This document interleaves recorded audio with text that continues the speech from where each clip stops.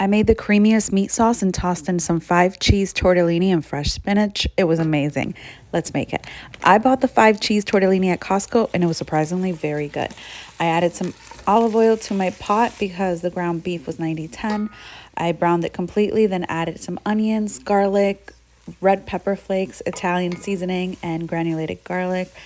I seasoned the ground beef with salt and pepper. You can use ground sausage if you prefer. Here's 28 ounces of homemade marinara sauce, but you can use store-bought.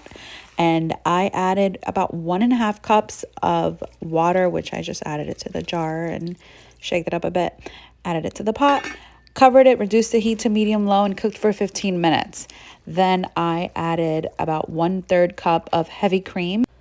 Let it simmer for about 1 minute, season with salt and pepper, and then add the tortellini and about 2 cups of fresh spinach. If you don't like spinach, add basil. I still recommend adding basil, like about 1 tablespoon if you have it on hand. I didn't have any, so cover it and cook for 2 minutes. That's what the package recommended. Check for seasoning, serve with Parmesan cheese, and enjoy.